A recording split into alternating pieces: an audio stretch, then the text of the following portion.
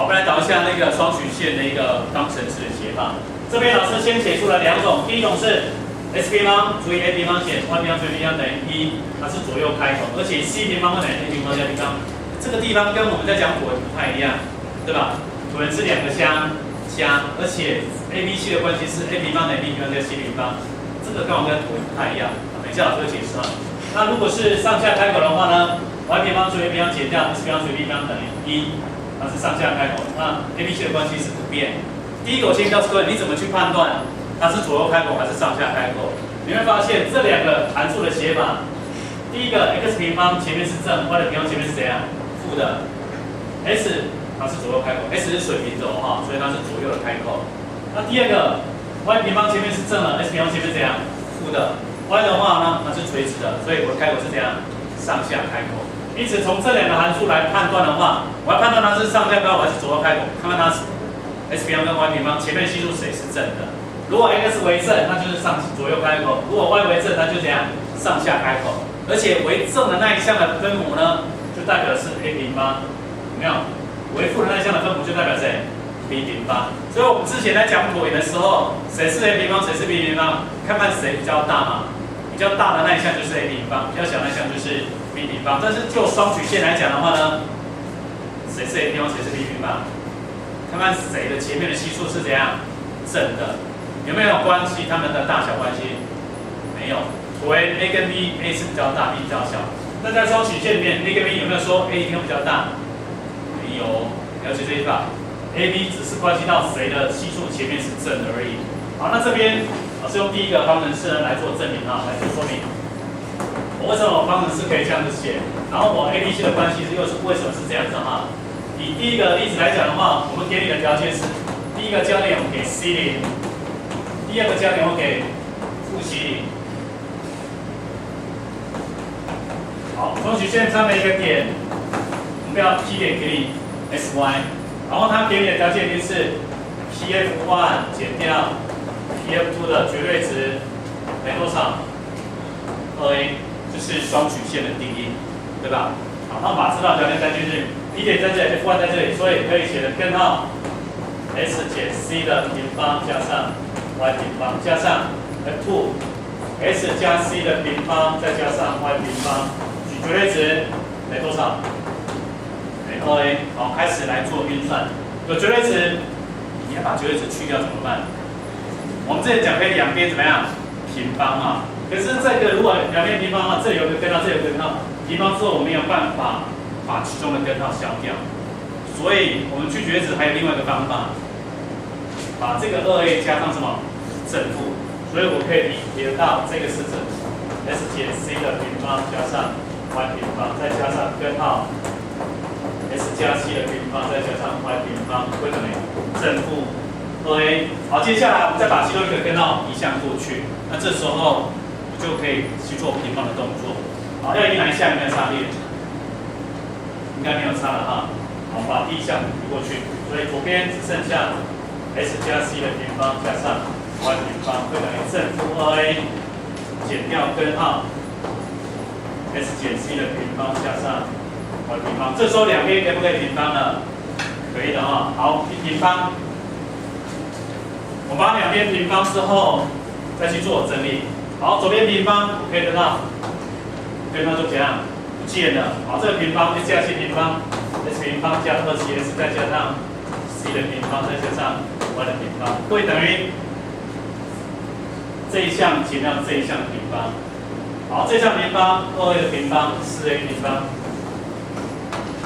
加上这一项的平方，对，那不见了，对不对？好，你要把它展开 ，s 平方减2cs 再加上 c 的平方，再加上 y 的平方，还有哪一项 ？a 平方加平方再减怎样？2ab， 所以减掉2乘以2再乘以这一项，所以总共减掉几个 a？4a， 可是它前面有正负，对不对？对，正负4a。根号 s 减 c 的平方再加上 y 平方，好，可以消掉，s 平方 y 平方消掉了 ，c 平方也怎样消掉了，所以这里面我可以把这里有负2cs 这4a 平方这是2CS，所以通通把它移到左边去好了，通通把它移到左边去。除了可以知道47S 减 4A 平方会等于正负 4A 根号 S 减 C 的平方，再加上 y 平方。好，接下来怎么办？可不可以把4约掉？这里有4，这里有4，这里有4，可不可以把4通通约掉？可以吧？好，两边同时除以4，这3个4通通约掉了。好，那这个根号我们再把它两边平方，好，这一项的平方 c 平方 s 平方，再加上这一项的平方 a 的4次方减 2ab 减 2a 平方 c s， 那这一项的平方呢，不管正也好，负也好，都是正的，所以得到 a 平方。所以这个展开 s 平方减 2cs 加 c 平方加上 y 平方。好，整理一下哦。c 平方 s 平方加上 a 的4次方减 2a 平方 cs。好，这边呢，我们展开的动作比较慢哦，就一项一项慢慢展开，去整理式子。这里得到 a 平方 s 平方减 2a 平方 cs 加上 a 平方 c 平方加上 a 平方 y 平方。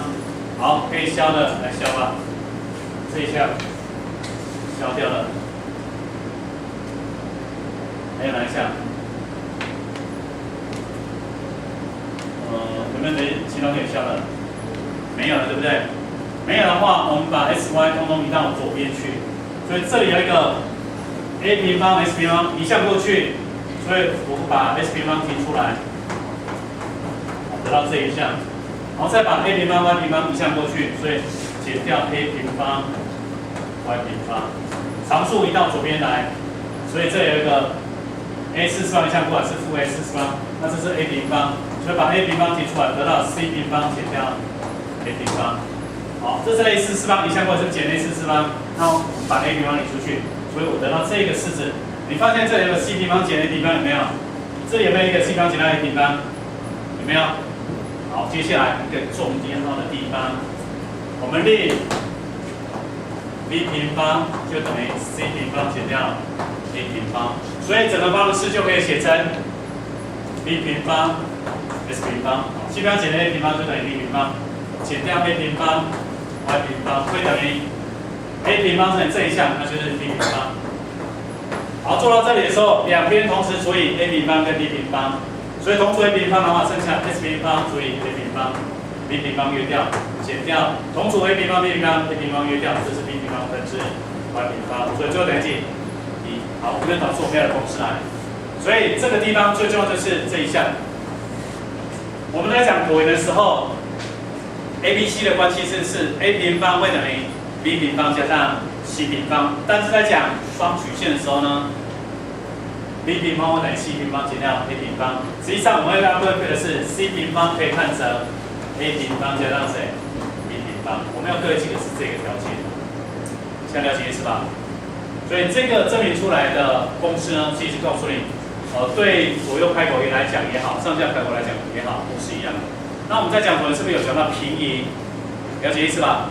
所以只是我这边 s y 都没有减掉任何的条件的话，都没有减到其他的数的话，表示我的中心是在原点的位置吧。那我平移之后呢，一样的做法，这边我们就没有特别去讲了哈。等一下我们会把平移的一个公式写一下，然后把每一个点的坐标都写看。而且这个地方在写点坐标的时候，我们都会透过图形的方式，把每一个点的坐标标注出来。